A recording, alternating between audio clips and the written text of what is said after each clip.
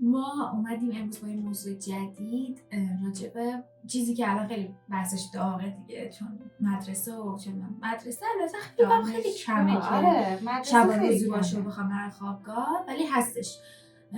در مورد تجربه خوابگاه، تجربه خوابگاه، مشکلاتی که داره، چیکار کنیم. نه ستاره تازه جدید رفته خوابگاه، یعنی امسال که واسه فارغ التحصیلی واسه ارشدش رفتش خوابگاه، تازه تجربه در دست آورده. حدودا این تجربه یه ماهه دارم. آره ولی خب من خیلی خوابگاه بودم، یه کم تجربه بیشتر سعی کردم قبل اینکه ستارم بره کلی مثلا چیز بهش بگم، بعد چون که تو اینو گفته بودی نه.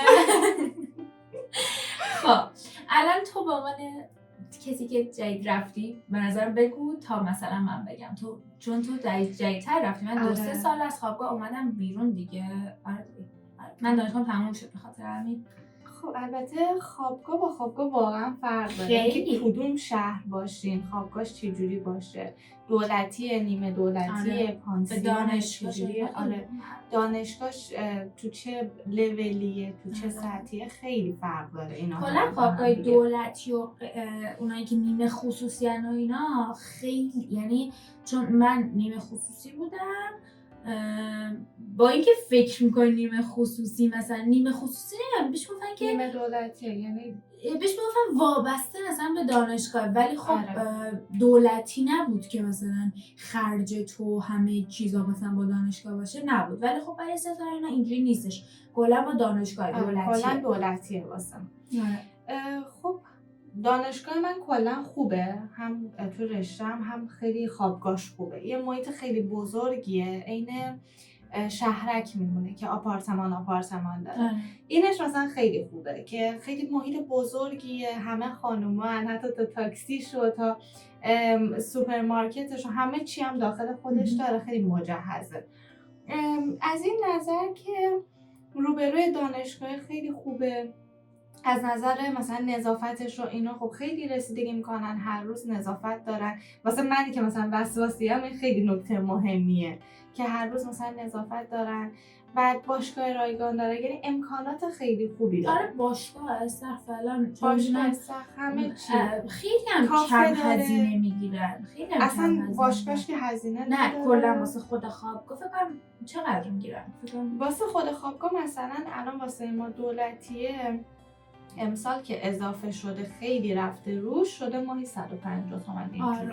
این خیلی فرق، چون خب یعنی بخوایم اولین تفاوتشونو که بخوایم بگیم همین هزینهش میشه. چون حالا من میگم 2-3 سالی که خب خوابگاه نرفتم، چون دانشگاهم که دیگه تموم شد و اینا دیگه دارم خوابگاه نرفتم، ولی اون زمانی که ما بودیم الان که خیلی بیشتر شد. یعنی مثلا شنیدم که فکر کنم ترمی 4 تومن یا 3 تومن میگیرن. اون موقع که من بودم ترمی 1 خورده‌ای بود.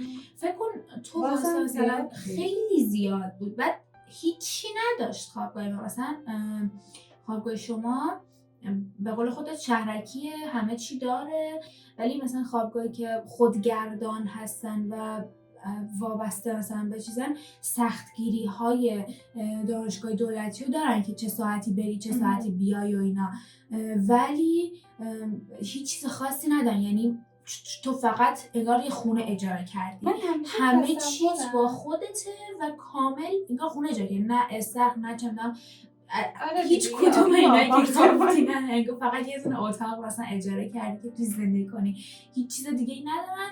فقط نهار و شامش از دانشگاه واسه میادش تو خوابگاه، همین تمام شد رفت. تصور من این بود که پانسیون چون هزینه‌اش بیشتره یه سری امکانات برتری داره نسبت به دانشگاه‌های دولتی، مثلا واسه رفت آمدش گیر ندن، یا از نظر تمیزی خیلی بهتر باشه، از نظر امکاناتی که داخلشه حداقل مثلا یه دوشکی چیزی داشته باشه. نه ولی موقعی که واقعا رفتم پانسیونا رو دیدم و بعد رفتم خوابگاه دولتی خودم رو نگاه کردم، دیدم خیلی خوابگاه دولتی چون بهتره. خب رسن دیگه. خوابگاه دولتی چون زیر نظر دانشگاه خیلی هستش رسیدگی. خیلی رسیدگی داره.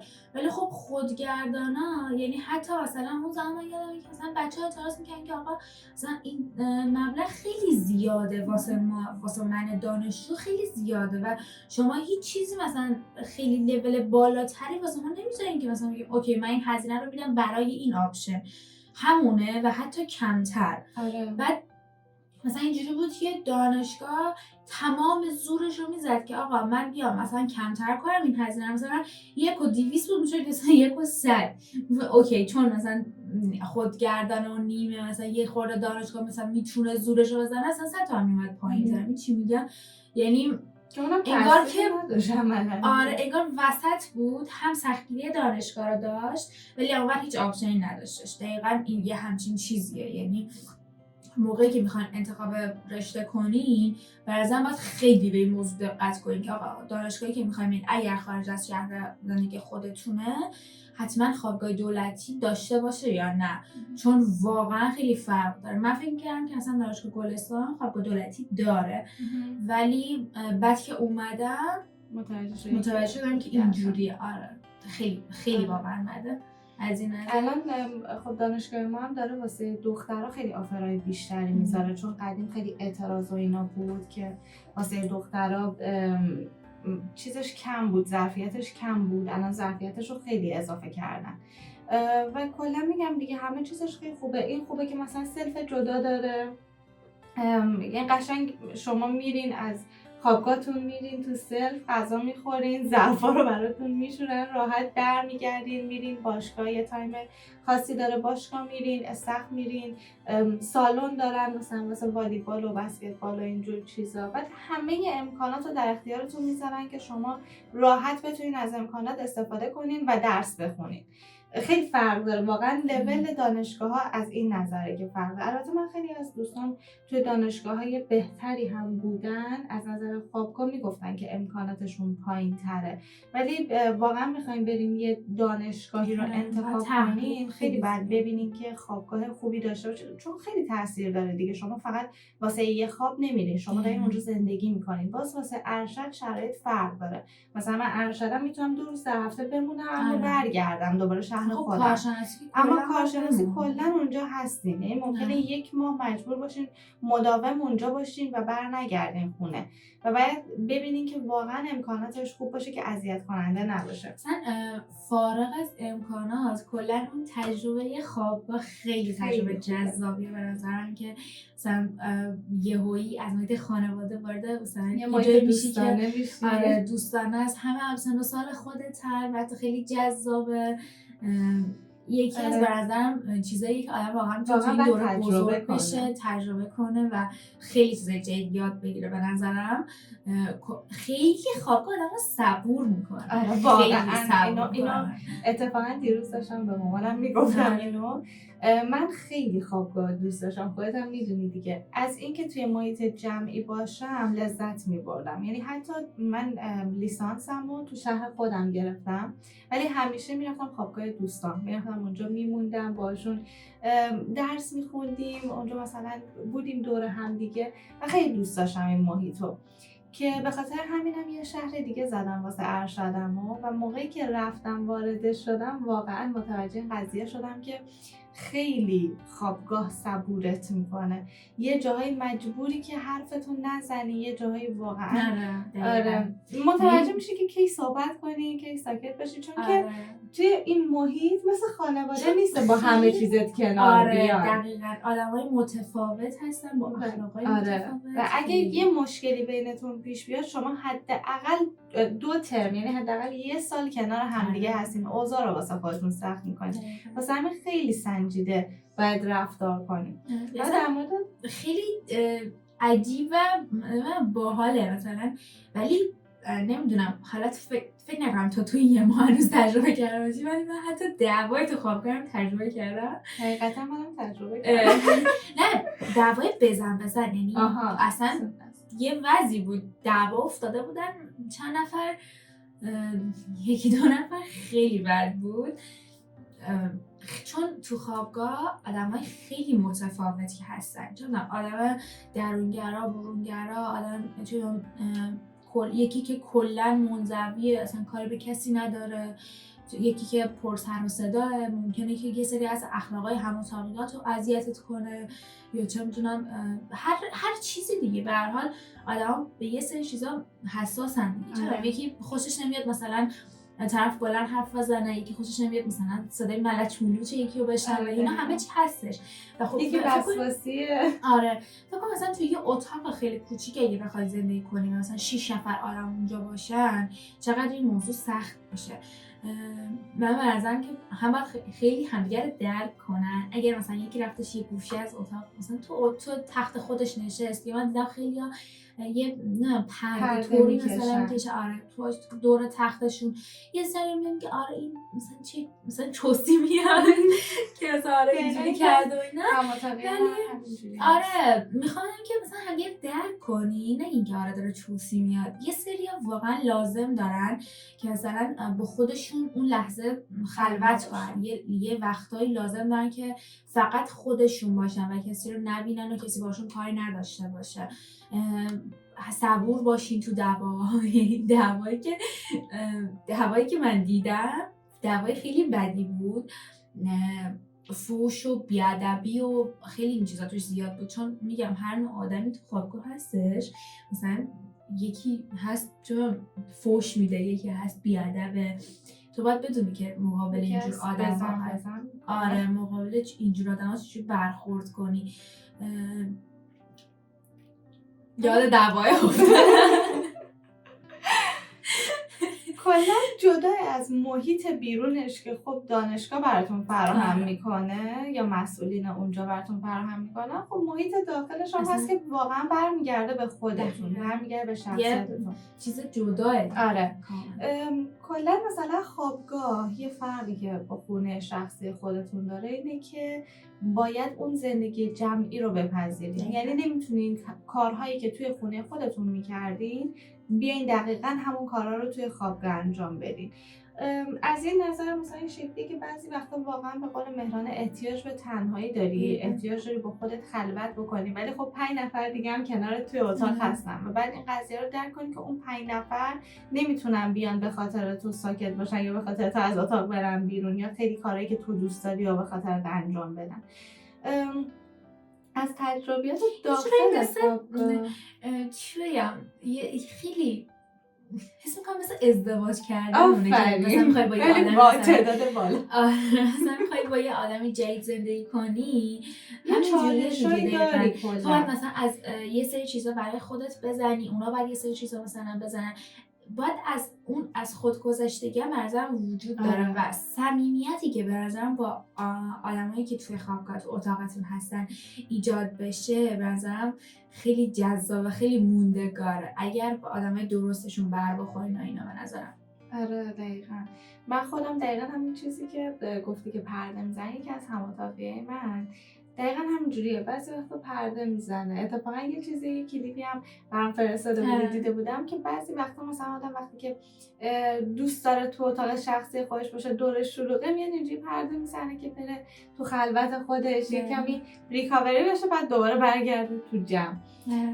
از دعواهای خوابگاه من خودم یه چیزی رو دقیقاً همین فکر می‌کنم 2 هفته پیش تجربه کردم. چه تجربه بود؟ دعوا شدش تو خوابگاهتون؟ دقیقاً ببین توی خوابگاه ما بلوک کارشناسی ها متفاوته، بلوک ارشد و دکترا باز متفاوته. البته فکر می‌کنم امسال دوباره بلوک ارشد از بلوک دکترا جدا کردن. یه سری امکانات بهتری واسه بچه‌های ارشد و دکترا گذاشتن، مثلا ماشین لباسشویی دارن و از این جور امکانات. بعد دقیقاً اولین تجربه دعوای ما این بود که ماشین لباسشویی بلوک ما خراب شده بود. بعد مجبور شدیم بریم بلوک دکترا. با اینکه اصلا تو فکر میکنی که بچه‌هایی که حداقل دکترا هستن خیلی بالغن، خیلی فهمیدن، خیلی خب سنشون هم بالاتره، مثلا خیلی هاشون سن مادرای ما خیلی عاقلن اینا. ما برداشتیم مثلا بچه‌ها می‌خواستن برن، منم همراهیشون می‌کردم. فقط رفتیم وارد بلوک ارشد شدیم، شروع کردن دعوا کردن که این ماشین لباسشویی خودمونه. ما گفتم انگار مثلا خودش خریده گذاشته اونجا. دقیقا یه جمله بهش بگم، من اذیت میشم انقدر شما هم هی میایین اینجا میخواین لباساتون رو بشورین و از دست شما آرامش نداریم، انقدر اینجا رفت آمده. حالا مثلا تو هر بلوک 500 نفر هستن، حالا 2 نفر اضافه تر برن همچین سرصدایی هم نمیشه. بعد کلا اونجا برگشتم بهش گفتم زندگی تو خوابگاه همینه. اگه واقعا فکر میکنین انقدر اذیت میشین، انقدر همه چی رو مختون و بقیه باید باهاتون کنار بیان، یعنی واقعا اگه همچین شخصیتی دارین که اذیت کننده است براتون بودن در کنار بقیه، باید برین خونه بگیرین. یعنی حتی پانسیون هم با تعداد پایینم کارساز نیست، واقعا باید برین خونه بگیرین. یعنی به شرایط خودتون هم بستگی داره. خیلی هستن مثلا از خوابگاه بد میگن پیش من، یعنی کلا راضی نبودن هیچ وقت از محیط خوابگاه، ولی بعضی هم هستن مثل من مثلا سازششون با بقیه بیشتر، دوست دارن این محیط رو. دوست داشتم و بعضا میگم خیلی بزرگت میکنه، میگم خیلی چیزا بهت یاد میده. همین که تو داری میگی، میگم همون از خود گذشتگی رو بهت یاد میده که اوکی ببین من این امکانات رو دارم ولی مثلا اون طرف نداره. خب اوکی من اینو در اختیارش میذارم. مثلا ایس بابام که نیست که چی میشه مگه مثلا بذارم اونم استفاده کنم، اونم مثلا من حالا مثلا میخواد لباس بشه دیگه، چیزی خاصی نیستش. اینو بهت یاد میده که چجوری با هم دیگه سازش کنیم به نظرم و چجوری با هم کنار بیاین. آره توی زندگیتون وقتی حالا ازدواج کردین یا کلا اصلا هر چیزی خواستین هم خونه بگیرین بعدن یا کلا توی جامعه، به نظر خیلی بهتون کمک میکنه. هم صبرتون رو بالا میبره، هم سازشتون رو بالا میبره، همین که بتونین با بقیه راحت‌تر ارتباط بگیرین.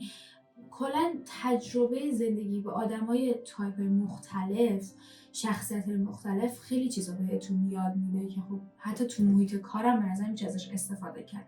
چون خیلی وقتا مثلا حتی تو محیط کارم میشه میره تو مخت که یکی چیزی میگه یا خیلی اینجور اتفاقا میفته و خب وقتی توی همچین تجربه رو از قبل که داشته باشی مثلا میدونی چجوری باید برخورد کنی و اولین بارت که باشه نپخته عمل می‌کنی نسبت به اون.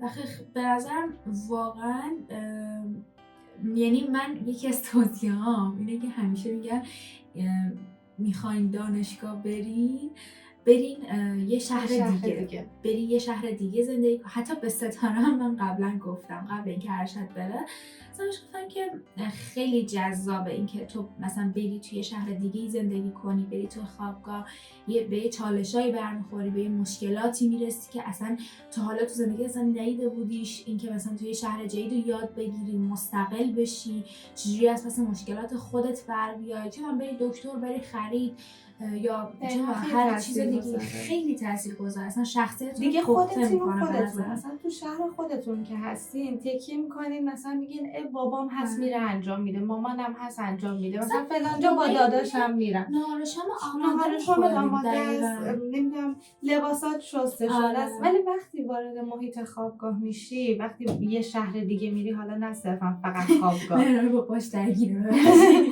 وقتی که مثلا وارد یه شهر دیگه میشی، خودتی و خودت باید از پس کارهای خودت بر بیای، باید از صبح برنامه ریزی کنی که باید چجوری چه کارهایی رو انجام بدی، درست هست و خیلی تو رو منظم میکنه، خیلی بزرگت میکنه. هم از این نظر مستقل میشی و هم رفتارت خیلی بهتر میشه، خیلی بالغانه تر در مورد مسائل رفتار. تجربه قشنگیه بخوایم اصلا از اون لحاظ نگاش نکنیم.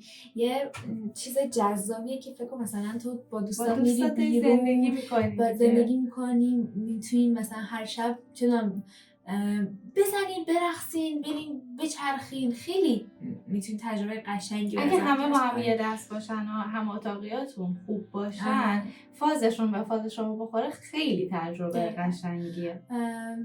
به نظر من حالا بخوایم یه جمع بندی کنیم، یعنی چیزی که میخوام بهتون بگم نصیحت طور نیست، ولی میخوام بگم که اگر صبور باشین، اگر یه وقتایی میدونم سخته ولی سکوت کنین، اگر همدیگر درک کنین، به همدیگه اجازه بدین که بتونن اون شخصیت واقعیشون باشن، اجازه تنهایی به طرف مقابلتون بدین، خیلی میتونین راحت تر با هم کنار بیاین و زندگی رو به قول ستاره اون دو ترمی که هستیم با هم رو تلخ نکنین.